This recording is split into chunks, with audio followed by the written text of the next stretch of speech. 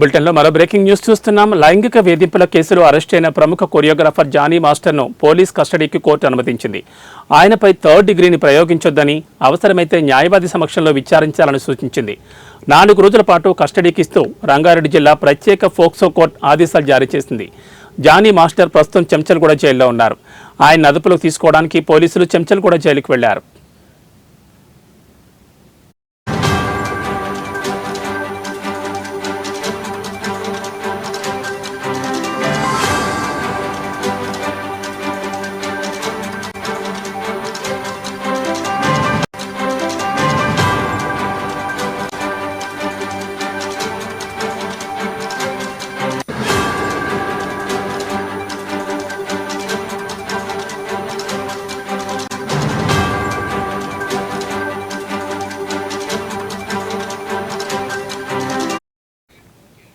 తనను మోసం చేశాడని అసిస్టెంట్ కొరియోగ్రాఫర్ ఒకరు ఫిర్యాదు చేయడంతో నార్సింగ్ పోలీసులు కేసు నమోదు చేశారు.